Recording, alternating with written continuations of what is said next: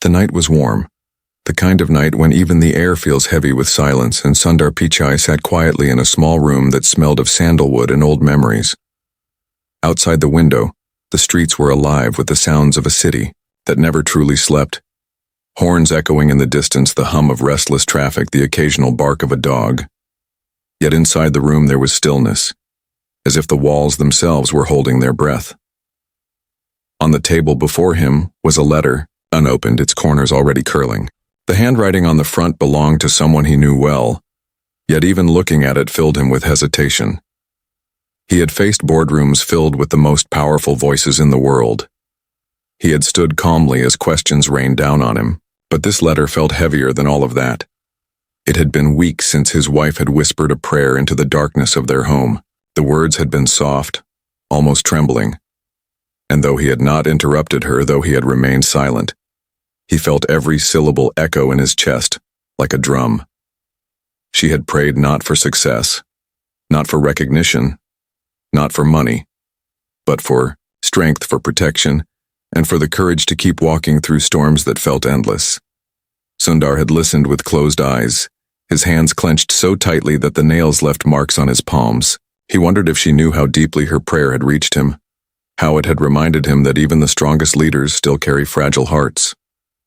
The hook came later, when he walked into a crowded hall filled with bright lights and expectant faces. Prime Minister Modi sat near the center, his expression unreadable, his eyes watching carefully as Sundar stepped up to the microphone.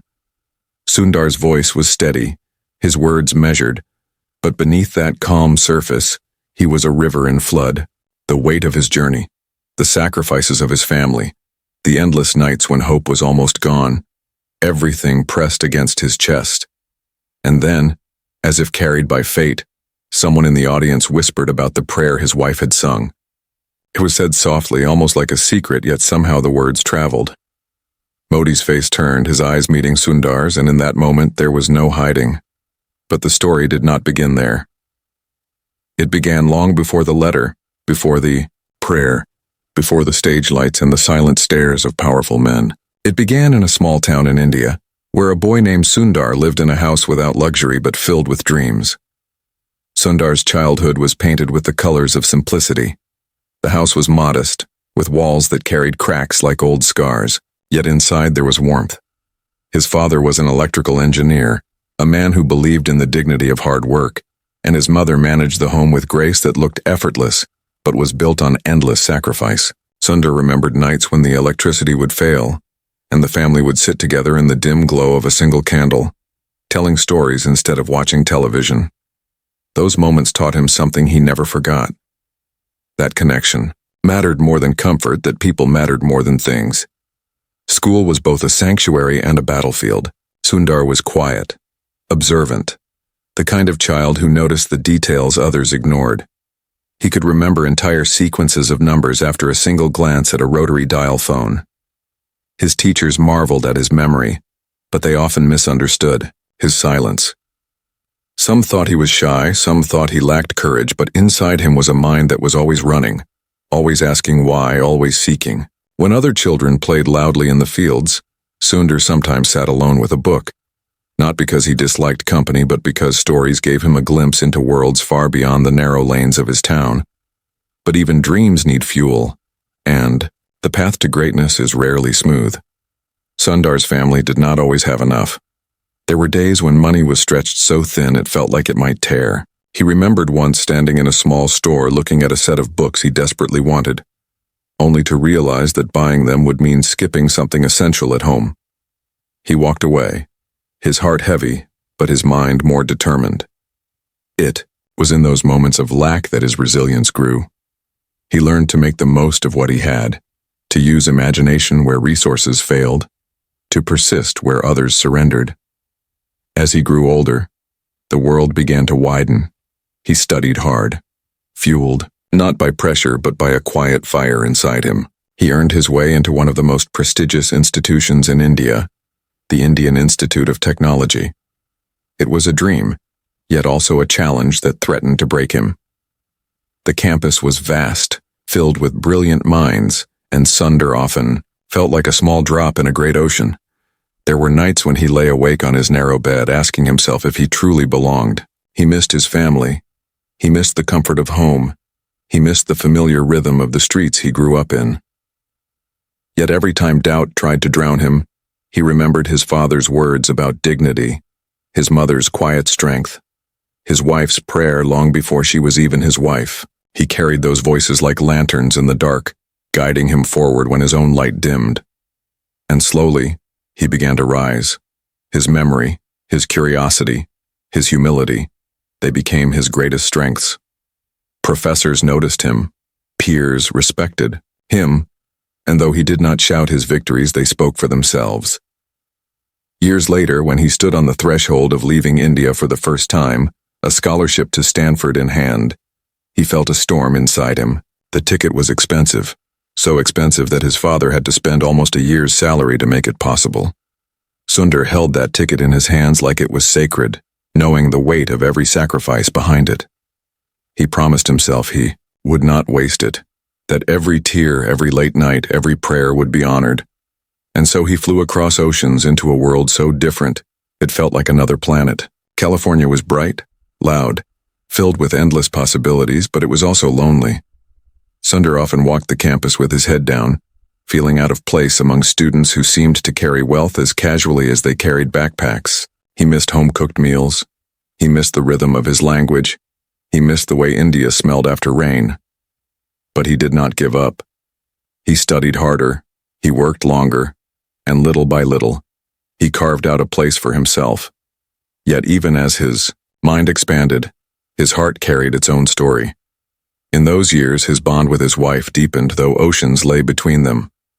They shared letters, phone calls, dreams whispered across distance. She became his anchor, reminding him of who he was, of where he came from, of what truly mattered. When he stumbled, she lifted him. When he doubted, she believed. Her faith was like a prayer that never ended, always flowing, always steady. The suspense thickened when life tested him again. He had opportunities to stay in America, to build a life that many would envy. Yet his heart pulled him back to India. He could not forget the roots that shaped him, the soil that gave him strength. And so he returned, not as a man defeated, but as a man who knew that true success was not measured only by distance traveled, but by the ability to remain connected to where you began. But destiny had more turns waiting. His journey eventually led him to Google, a company that would one day become almost synonymous with his name. At first, he was just another engineer, another dreamer in a sea of talent. But his humility set him apart. While others competed for recognition, Sundar listened, observed, and built. He did not rush to shine. He built quietly, brick by brick, idea by idea, until his work spoke louder than ambition ever could. And as his star rose, as the world began to notice, so did the weight on his shoulders. The higher he climbed, the lonelier it became. His wife's prayers grew even more precious, her voice the one constant melody in a life filled with noise. The letter on the table that night was a reminder of how fragile even the strongest journeys could feel. And when the hall filled with lights and whispers, when Modi's eyes locked with his, when the memory of his wife's prayer wrapped around him like a cloak, Sundar knew this was only the beginning of a chapter far greater than any he had yet lived. The crowd leaned in, waiting for his next words, but inside his chest a storm thundered. He opened his mouth to speak, and then, the silence before the storm, the hall was still echoing from the flicker of the lights. Sundar stood frozen, his hands resting on the wooden podium, his eyes shifting just slightly as if searching for an anchor in the sea of faces before him. The flicker had lasted only a heartbeat, yet it was enough to shift the mood of the room. The audience, filled with dignitaries, engineers, journalists, and curious citizens, grew restless. Whispers rose and fell like waves against stone. And in the center of it all sat Modi ji, his face carved in stone stillness, his eyes sharp and unreadable. Sundar's throat tightened. He had rehearsed his speech, every word crafted with care, every pause designed to let the weight of his story sink into the hearts of those listening. But the flicker had shaken something inside him.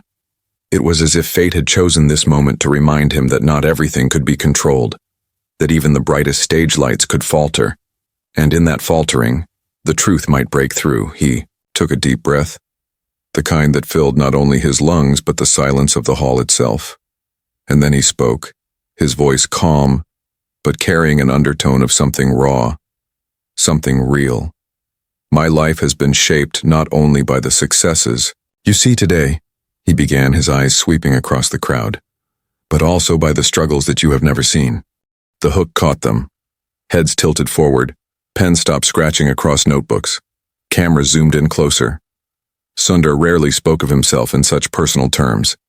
He had built a reputation on humility, often deflecting praise toward his teams, toward the collective rather than the individual. Yet here now, he allowed a door to open. He began to tell them about the nights in his childhood when the electricity would cut out and the house would fall into darkness. He described the sound of the ceiling fan slowing to silence, the way his mother would light a small kerosene lamp and how they would gather around it like moths drawn to fragile fire. We learned patience in those moments, he said, and we learned that light does not only come from bulbs or wires. Sometimes, it comes from the people sitting beside you. In the crowd, an old man wiped his eyes. A young woman leaned forward, her pen trembling above her notebook but not moving. Too caught in the words to write them down. Sundar continued, weaving not just facts, but feelings. He spoke of his father, who had once taken him to see a workplace, filled with machines and cables. His father had pointed to the humming generators and told him, Sundar, remember, these machines may look powerful, but they only do what humans guide them to do. It is not the metal that holds strength, it is the mind that decides how to use it. Those words had planted a seed in young Sundar, a seed that would later grow into a vision of technology, not as a cold tool, but as a bridge to connect lives. The audience listened, but Sundar knew he had to go deeper to reveal not only the inspiration but also the cracks. There were times, he admitted, when I wanted to give up. When I thought the distance between where I was and where I wanted to be was simply too vast. When the train rides felt endless. When the books felt heavier than my own strength. When the future felt like a door locked tight against me. He paused, letting the silence settle again, and in that silence his wife's prayer returned to him. He remembered that night. Her voice soft, carrying words meant not only for God but for him. She had prayed that he would never forget the power of kindness, even when success placed him on the tallest peaks. She had prayed that humility would remain his compass, even when the world expected him to shout his victories. And suddenly, in that hall standing before Modi ji and countless others, Sundar felt that prayer beating inside his chest. He shifted his weight, leaned closer to the microphone, and lowered his voice. Do you know what carried me through those years? He asked, almost whispering. It was not brilliance, it was not wealth, it was not opportunity alone, it was faith. Faith in my parents who sacrificed silently. Faith in my teachers who believed when I doubted. Faith in my wife whose prayer still echoes in me. Faith in something greater than myself. A hush fell across the hall, so deep that even the air seemed to stop moving. Modi ji's face, still as stone before, softened almost imperceptibly. His eyes, usually sharp with command, now seemed touched by something unspoken. It was not approval, not yet, but recognition, a recognition of struggle, of resilience, of the quiet dignity that Sundar carried. Yet just as the crowd leaned in, further hungering for the next words, Sundar felt a memory surge through him, one he had not planned to share. It came unbidden, like a ghost demanding to be acknowledged. He remembered a moment in America, years earlier, when he had first arrived at Stanford. He had only a few dollars in his pocket, not nearly enough to buy the textbooks everyone else seemed to purchase so casually. He had borrowed old copies from libraries, sometimes standing for hours because all the seats were taken, copying down page after page in cramped handwriting just so he would not fall behind. One afternoon, exhausted, he had collapsed onto his bed and whispered into the empty room, "Maybe I am not meant for this place." That was the night the phone rang. It was her, his future wife. Her voice had carried across oceans, warm and steady. "You are meant for this," she had said. "Don't look at what you don't have. Look at what you carry inside. That is more powerful than anything money can buy." Sundar had cried quietly after the call, tears soaking into the thin pillow beneath his head. Not tears of despair, but of renewed strength. He had promised himself then that he would never again measure his worth by the weight of his wallet, but by the depth of his perseverance. And now, years later, on this stage, he felt the same fire. Many believe success is about talent alone, Sundar said, his voice steadier now. But talent without resilience is like a lamp without oil. It cannot burn for long, and resilience without humility becomes pride, and pride blinds us to others. True success comes when we carry both, strength to persist and humility to listen. B2. Hall erupted in applause, thunderous and overwhelming, but Sundar barely heard it. His eyes were locked on Modi Ji, whose expression had shifted again. There was something in his gaze now, something that hinted at a decision forming, a realization dawning. Sundar knew that his words had struck somewhere deep, but he also sensed that this was only the surface of what was to come. The applause faded, and as Sundar stepped back from the podium, a man in a dark suit approached him quickly, his expression tense. He leaned close and whispered something into Sundar's ear, something that made his blood run cold. The audience could not hear. Modi Ji could not hear. But Sundar's face betrayed a flicker of shock. The man whispered again, slower this time, and Sundar's hands clenched into fists. The shadow behind the prayer, the words still rang in Sundar's ears long after the man in the dark suit had stepped back into the crowd. Your wife's prayer has reached the wrong ears. They were not loud words, not shouted, not even firm. They were a whisper, quiet enough that no one else could hear, yet heavy enough to feel like a weight pressing against his ribs. Sundar stood still, his hands gripping the podium as if it alone could keep him upright. Around him the hall buzzed with applause, flashes from cameras, curious voices calling his name. But inside his chest, the whisper echoed louder than all of it. What did it mean? Who had heard her prayer, and why should it matter? Sundar thought of her voice that night, soft and trembling, her words asking not for power but for strength. Not for wealth, but for resilience. It had been a prayer born of love, a prayer spoken in the quiet of their home, never meant for public ears, and yet someone knew. Someone had listened where they should not have, and the way the man's eyes looked when he spoke told Sundar that this knowledge was dangerous. As he stepped down from the stage, he forced a smile for the cameras, a nod for the officials, a polite bow of his head toward Modi Ji. Inside, however, his mind raced. Modi Ji's face was calm again, unreadable, yet Sundar noticed something different in the way the Prime Minister watched him now. There was curiosity, yes, but also concern, as if Modi Ji too had sensed that the flicker of lights and the sudden whisper were not coincidences, but signs of something larger at play. Backstage, the air was cooler, the noise of the crowd muted by thick curtains. Sundar walked quickly, his steps measured but restless. The man in the dark suit followed a few paces behind, his presence like a shadow that refused to disappear. Finally, when they reached a quiet corridor, Sundar turned, sharply. What do you mean? His voice was low but firm. What do you mean the prayer reached the wrong ears? The man hesitated, glancing around as if walls themselves might be listening. Then he leaned in again. There are people who watch, people who listen, even when you think you are alone. Your wife's words, they were taken as more than a prayer. Some believe they carry meaning, a message hidden beneath them. And now, questions are being asked. Sundar's brow furrowed. Questions about what? She prayed for kindness, for strength, for humility. Nothing more. The man shook, his head slowly. To some, nothing is ever simple. They hear what they want to hear. They twist innocence into warning, faith into signal. They are asking whether her prayer was meant for God or for power. For the first time in many years, Sundar felt something colder than fear. It was helplessness. He had spent his life believing that truth, spoken simply, would always shine, brighter than doubt. Yet here was proof that even the purest words could be stolen, reshaped into weapons by unseen hands. He closed his eyes briefly, and in the darkness behind his eyelids, memories surged. He remembered his wife's face the night of the prayer. Her hands clasped tightly, her eyes filled with both love and worry. She had not prayed because of politics or power. She had prayed because she saw the weight on his shoulders, the exhaustion, in his eyes the endless demands of a world that never stopped asking more of him. She had prayed because she was human and because he was human too.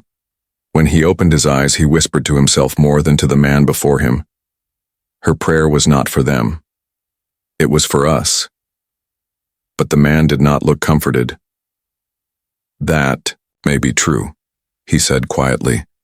But once words escape into the world, they are no longer only yours. Be careful. There are ears that hear only what they fear, and eyes that see only what they want. Sundar said nothing more. He walked down the corridor, his mind heavy, his heart even heavier. Later that night, in the quiet of his hotel room, he sat by the window looking out at the city lights. He thought about the path that had brought him here, the cracked walls of his childhood home, the candlelit nights, the long train rides, the borrowed textbooks, the tears shed on thin pillows. He had walked so far, built so much. Yet here he was, haunted by a prayer that should have been nothing more than love whispered into darkness. His phone buzzed on the table. It was her, his wife. He answered quickly, and the sound of her voice washed over him like rain on parched soil. I saw the speech, she said softly. You were brave. You spoke with your heart. For a moment he could not respond. He wanted to tell her about the whisper, about the man in the dark suit, about the shadow now following them. But he could not bring himself to burden her, not when she had already carried so much for him.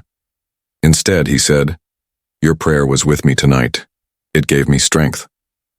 She was silent for a while, then whispered, Prayers always find their way, Sundar, even when we do not know how. He closed his eyes again, pressing the phone tighter to his ear, as if he could step into her presence through the thin device. But the unease did not leave him. It deepened. Because somewhere inside he knew she was right. Prayers always find their way. And if hers had reached the wrong ears, then perhaps what lay ahead was not just about speeches and lights and recognition. Perhaps it was about something darker, something hidden, something waiting. The next morning, as he prepared for another meeting, a sealed envelope was slid under his door. No name, no stamp, just a single sheet of paper inside. The message was, short, written in neat, careful handwriting. Be careful with the prayer. It will not remain yours for long. Sundar stared at the note for a long time, the weight of it pressing against him like stone. The voice from the past. The room felt smaller as Sundar held the phone against his ear, his breath caught between fear and disbelief. The voice was older, then he remembered, more fragile but unmistakable. It belonged to a man from his university days, someone he had once admired deeply but had not spoken to in years. The words came again, quiet, but filled with urgency. They are watching you, Sundar. For a moment Sundar could not speak. The hotel walls seemed to press inward, the ticking of the clock on the nightstand suddenly louder than it had ever been. Outside the window, the city glowed, yet he felt as if he stood in darkness. Who is watching me? He finally whispered, his throat dry. There was a pause on the other end, the kind of pause that stretched time thin and made each second heavy. Then the voice said, Not who you think. Not only the ones you see in front of cameras, not only the ones who sit on stages beside you. There are others. They hide behind power, and they fear anything they cannot control. Even a prayer. Sundar's grip tightened on the phone. But it was just a prayer, he said. It was her heart speaking, nothing more. That is exactly why they fear it, the voice replied. Words born from truth cannot be bought or bent. They travel beyond borders. They slip past walls. They are the one thing power cannot fully cage. That is why they twist it. That is why they watch you. The line crackled, then fell silent. Sundar's heart pounded as he called out, but the connection was gone. The call had ended as suddenly as it began, leaving him with questions that clawed at his mind. He sat there for a long time, staring at the phone in his hand. Memories of his university years flooded back. Long nights in crowded dormitories, debates that stretched until dawn, friends who dreamed together of a better world. And among them was this man, the one who had just spoken to him. He had been bold then, unafraid to challenge authority, unafraid to speak truths others avoided.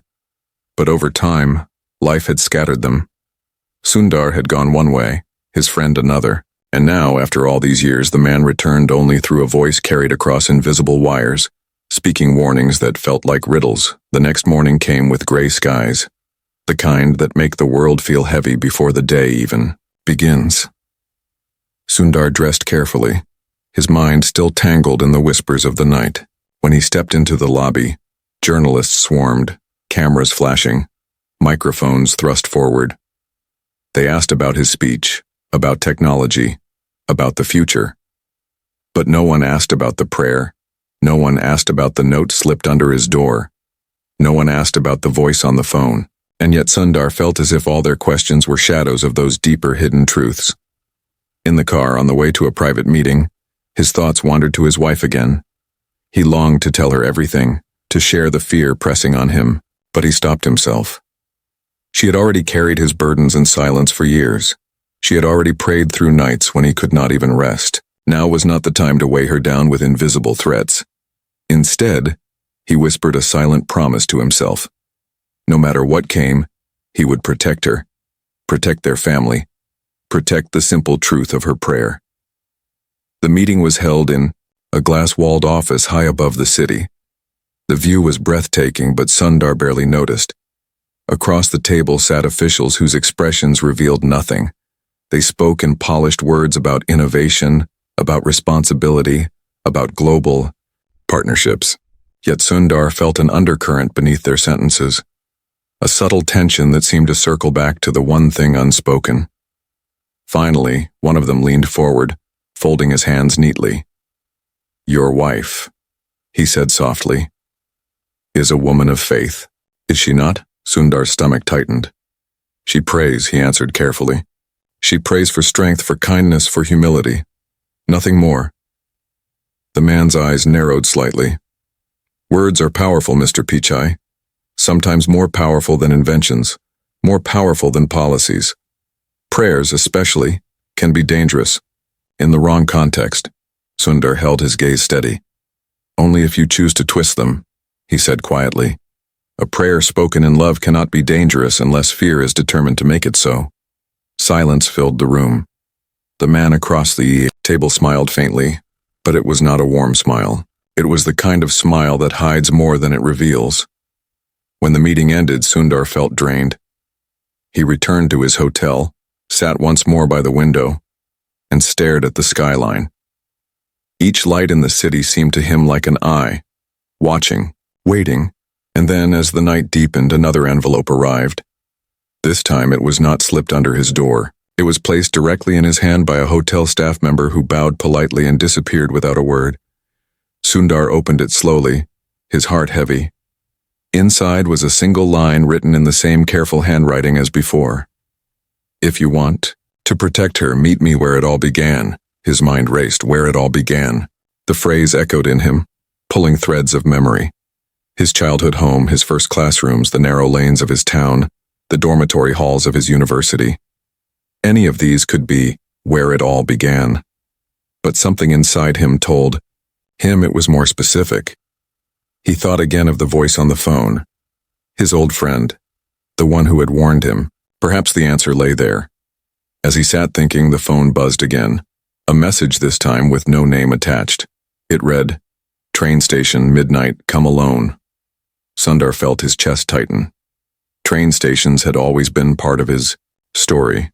The long journeys to school, the endless rides with nothing but hope in his pocket, the sense of moving forward even when everything else felt uncertain. If someone wanted him to remember where it all began, perhaps this was indeed the place. He knew the risk. He knew that shadows often waited in the corners of such invitations, but he also knew he could not ignore it. Because silence, too, could be dangerous. So that night, just before midnight, Sundar wrapped a plain scarf around his neck, pulled on a simple jacket, and slipped quietly out of the hotel. The streets were quieter now, the city softened by night. The train station loomed ahead, its lights glowing faintly, its platforms nearly empty except for a few tired travelers. His footsteps echoed as he entered. He scanned the area, searching for the familiar face of his old friend, for any sign of who had summoned him. The station clock ticked past midnight, and then, from the far end of the platform, a figure emerged, walking slowly toward him. The figure on the platform, the station, was nearly empty, its echoing silence broken only by the faint hum of a distant train idling somewhere in the dark. Sundar's breath misted in the cold night air as he stared at the figure stepping into the glow of the platform lights. His heart hammered inside his chest. It was not his old friend, not the voice from the phone. It was someone else, someone whose presence pulled a tide of memories he thought had long since been buried. The figure walked with slow confidence, each step measured, as if the night itself bent around them. When the face finally lifted into the light, Sundar's eyes widened. It was a professor from his earliest days at the Indian Institute of Technology, a man who had once guided him through his doubts, who had once told him he had a gift worth fighting for. Years had passed since they last spoke, years that had carried both triumph and silence. And yet here he was, standing in the dead of night, eyes sharp, carrying an envelope under his arm. "Professor?"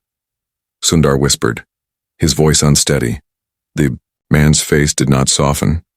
His voice was low, almost swallowed by the vast emptiness of the station. "You should not have come alone." Sundar felt the chill crawl deeper into him. "Then why call me here?" The professor glanced around before stepping closer. "Because there are truths you cannot hear in daylight, and because the prayer your wife spoke has opened doors you do not yet see." Sundar's throat tightened. It was just a prayer. "There are no just prayers," the professor said sharply. "Not when they come from the heart of someone pure. Words like hers carry weight. They move unseen forces. And there are people who fear what they cannot control." Sundar shook his head slowly, trying to ground himself in reason. But she prayed for humility, for kindness, for strength. How can anyone twist that into something dangerous? The professor's eyes darkened. Because they do not hear what was said. They hear what they are afraid of. To them, kindness sounds like rebellion. Humility sounds like defiance. Strength sounds like power they cannot bend. And so they will try to turn her prayer into a weapon, or worse, into a curse. The words sank into Sundar like cold rain. He remembered his wife's voice that night, trembling yet steady, her hands clasped in quiet faith. She had not meant for the world to hear her, yet now the world was listening in ways neither of them had chosen. The professor handed him the envelope. Sundar opened it carefully, his hands trembling. Inside was a single sheet with names written in neat handwriting. Names of people he had once known, people from different corners of his journey, classmates, colleagues, mentors. Some of the names carried memories of laughter, others of hardship. "These," the professor said softly, "are the ones who still believe in you, who still carry light in their hearts, but they are also being watched. Your wife's prayer has tied you all together, in ways you cannot yet understand. If one falls, all may be dragged into the shadows." Sundar stared at the paper, the names blurring as his eyes burned with unshed tears. "Why me?" he asked quietly. "I never asked for this. I only wanted to work, to build, to make something that could help people. I never wanted prayers to become battles." The professor's voice softened then, filled with something close to sorrow. "Because you carry humility in a world that glorifies pride. Because you build bridges where others build walls. And because someone prayed for you with love so true that even the deafest ears could not ignore it." A long silence stretched between them, broken only by the distant whistle of a train. Sundar folded the paper carefully, slipping it into his jacket. The weight of it felt heavier than anything he had ever carried. "What do I do now?" he finally asked. The professor's gaze locked on him. "You protect the prayer, not by hiding it, not by denying it, but by living it. Let the world see that kindness is not weakness, that humility is not surrender, that resilience is not rebellion. Live the prayer so fully that no one can twist it into something else. The word struck something deep within Sundar, a chord that hummed with both fear and determination. Yet before he could respond, a sudden movement at the far end of the platform caught his eye. Two figures appeared in the shadows, walking briskly toward them. The professor's face tightened. "We are out of time," he said. "They should not have found us here." Sundar's pulse quickened. The two figures moved closer, their outlines sharp under the dim lights. He could not see their faces, but he felt their intent pressing against him like a cold wind. The professor placed a hand on Sundar's shoulder. "Remember what I said. Live the prayer. That is your shield." And then, as the figures drew nearer, the professor stepped forward, placing himself between Sundar and the approaching shadows. "Go," he whispered urgently. "Do not look back." Sundar hesitated, torn between fear and loyalty. He wanted to stay, to stand beside the man who had once guided him. But something in the professor's eyes told him that leaving was the only way to honor him now. He turned, his steps quickening, the echo of his shoes loud against the platform tiles. Behind him, voices rose, sharp and commanding, followed by the sound of a struggle. He clenched his fists, forcing himself not to turn around, forcing himself to carry forward the envelope, the names, the truth. He burst out of the station into the cold night air, his chest heaving, his mind a storm. The city stretched before him, endless lights and endless shadows. In his pocket lay the paper with the names. In his heart lay the prayer that had started it all. And in the distance, somewhere deep inside the station, a single cry echoed. A cry that carried both warning and sacrifice. The prayer's final echo, the words on the phone screen glowed like fire in the darkness. She is no longer safe. Sundar's breath caught, and for a moment the world around him blurred. Cars passed, lights flickered, voices echoed faintly across the street, yet none of it touched him. All he could see was her face. All he could hear was her voice on that night, whispering a prayer meant only for love. His legs trembled beneath him, and yet he forced himself to move. Fear could not freeze him now. He ran through the streets, every step echoing with urgency. His thoughts raced, searching for where she could be. Who could have sent the message, and what danger might already be upon her? The city lights blurred into streaks, the night air sharp against his face. He called her phone again and again, but it rang into silence. Every unanswered ring was a weight added to the storm inside him. At last, a message came, this time only a location pin. It pointed to a quiet temple at the edge of the city, a place Sundar remembered visiting once many years ago, a place where the sound of bells mingled with the rustle of trees. His chest tightened.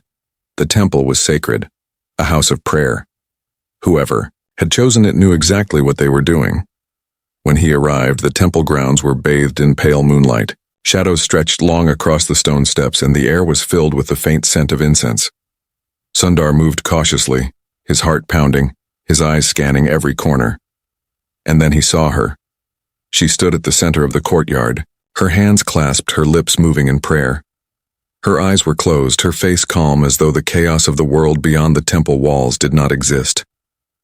For a brief, breathtaking moment, Sundar felt relief. She was alive. She was safe. But then he noticed the figures in the shadows. 3 men, standing just beyond the circle of light, their eyes locked on her, their faces unreadable. Their presence was not of worshippers, but of watchers, intruders who had come, not to bow but to control. Sundar stepped forward, his voice steady though his chest burned. "Leave her alone," he said. The men exchanged glances but did not move. One of them finally spoke, his voice low and calm. "We only came to listen. Prayers carry power, sometimes more than speeches, more than policies. We wanted to hear for ourselves what she says when she thinks no one listens." His wife opened her eyes then, her gaze falling on Sundar. There was no fear in her face, only a quiet strength that seemed to radiate through the night. "They cannot take my prayer," she said softly. "It belongs to no one but God and to the heart that needs it." The men shifted uneasily as if her calmness unsettled them more than any threat could have. Sundar stepped closer, placing himself between her and the shadows. "You twist what is pure," he said. "You fear words because you know you cannot control them. But this prayer is not yours to hold, not yours to change." For a long, tense moment, the courtyard held its breath. The men's eyes lingered on him, then on her, as though weighing some invisible scale.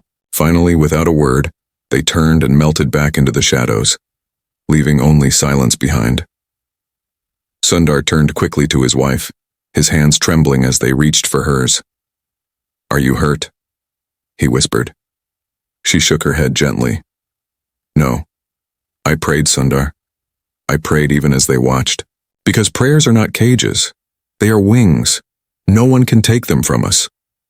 Her words broke something inside him, not in weakness but in release. All the fear, the pressure, the weight of unspoken truths, he let them pour out as tears that filled his eyes. He pulled her close, holding her as though the world itself might try to take her away. They stood there in silence for a long time, surrounded by the quiet strength of the temple. The bells swayed gently in the wind, each chime like an echo of the prayer that had carried them through storms. Later, as dawn broke and the first rays of light painted the sky, Sundar realized the truth that had been waiting for him all along. It was not power that frightened those who watched. It was humility. It was resilience. It was kindness. Because those were the things that could not be bought, could not be broken, could not be controlled. Those were the things his wife's prayer carried. And those were the things he must live, not just speak. When they finally left the temple, hand in hand, the city was waking. People bustled through streets unaware of the shadows that had lurked in the night, unaware of the prayer that had been both threatened and protected. But Sundar walked with a new resolve. He knew that the world would always have those who twisted light into fear, yet he also knew that as long as there was someone willing to pray for humility, someone willing to live with kindness, someone willing to endure with resilience, the light would never fully die. As they stepped into the morning, his wife whispered, one final line so soft that only he could hear. "This is not the end, Sundar. Prayers do not end. They travel, they live, they echo," and Sundar understood.